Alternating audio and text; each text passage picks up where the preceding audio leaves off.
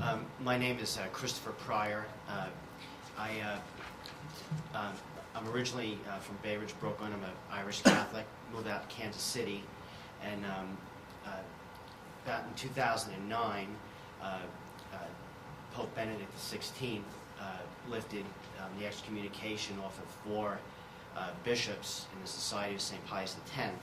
One of these bishops was an Englishman by the name of Richard Williamson, who immediately became internationally known because he had, a couple months previous, given an interview on Swedish TV while he was in Germany and basically denied the Holocaust, or technically to diminish the number, which is basically the same thing. Claimed that only perhaps 200,000 Jews died, and that was not by an intentional act of the Germans. When this occurred, I had previously been in his seminary many years earlier, in the early 1990s, and I saw the superficiality that the matter was addressed with the press.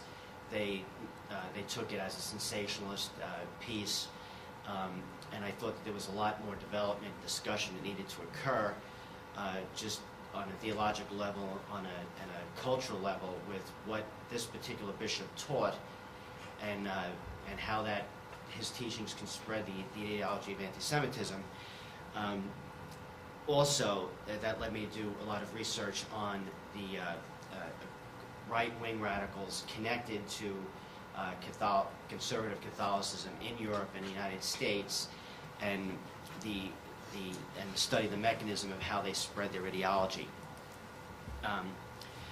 This will tie into the general topic of the Islamic anti-Semitism that the conference is about.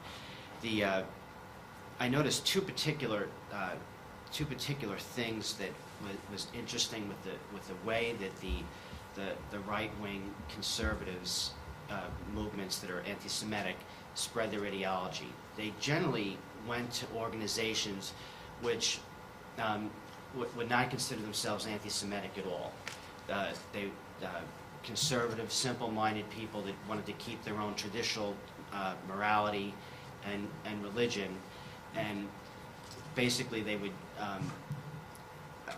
use a process that I call they would adopt the polarizing aspects of whatever group that they were trying to infiltrate, whether that was a conservative secular group or conservative religious group.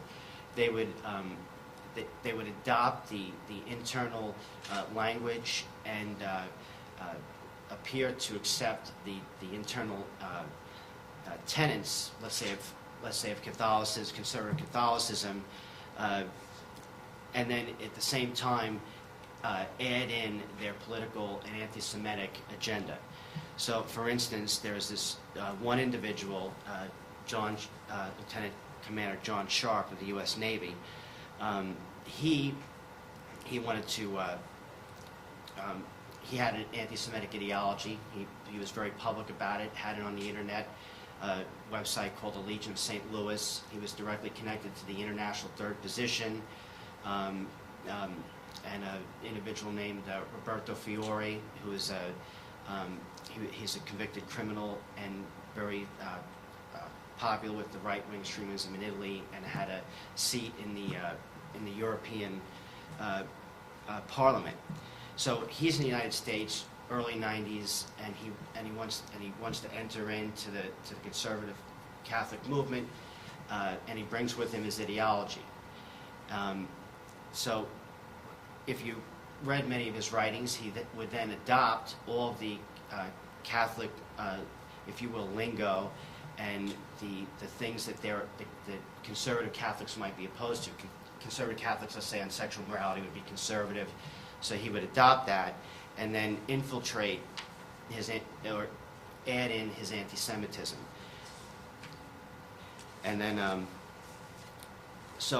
with the polarization, so by doing that, then not long after he started doing that, people within the conservative Catholic movement started ringing the alarm bell, making complaints to the religious leaders, and he would, by using the polarizing aspects of the group, would say, "Oh, these are just liberals attacking us. These are just there was and this is just an example, I'm not directly quoting him, but his followers would say, oh, these are people that are liberal, they believe in religious equality, and they're pro-Jewish, so that he would work on their fears and the polarization in order to deflect any discussion of his anti-Semitism, and that way used it as a shield.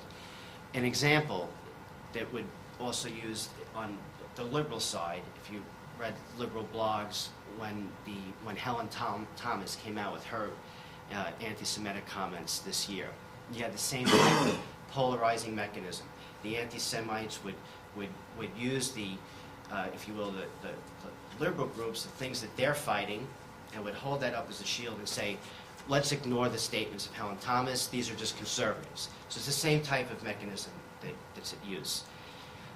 The other qualities, that would be they adopt the polarization aspect. Another quality which is of interest, we'll just call it cooperation, is that they're in the conservative Catholic group, these anti-Semitic organizations, these right-wing organizations, and this is how you know that they're not really Catholic first, but they're anti-Semitic politicians first, is that they're willing to cooperate publicly with organizations from different religions, like radical Islamists, who who will publicly in their speeches make very anti-Christian statements. However, they have the exact same anti-Semitic political philosophy, and it's no stranger to probably anyone in this room that the myths, the anti-Semitic myths of the right-wing secularists in Europe and the right-wing Catholics in Europe, it's the same as the anti-Semitic myths on the Islamic side, on the radical Islamic side. Basically, the Jews run the banks, the idea that the Jews in Israel have an organization in this country that runs the White House, which and Wall Street and Hollywood, and direct all global efforts to the creation of a worldwide Jewish state.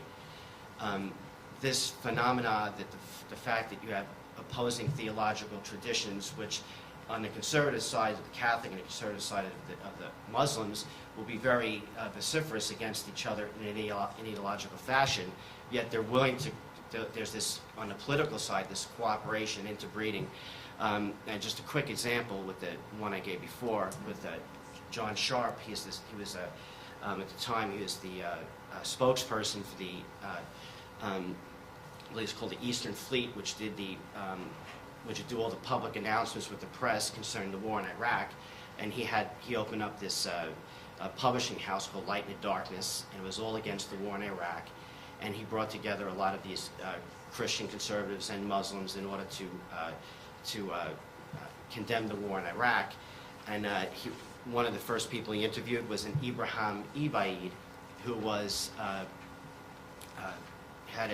has a website called al-Mahar, MOHARER.net, and it was it was the public English arm of the Ba'ath Party, and called for the Iraqis to attack U.S. soldiers, and that's just an example of this cooperation between this willingness to cooperate with right-wing political extremists on the secular Christian side with the right-wing Islamists. And that leads to the conclusion that it's not primarily theological, although the theological discussion is necessary, but it's more political and hate-based. They'll use basically any argument to support their agenda. And that's all. Thank you.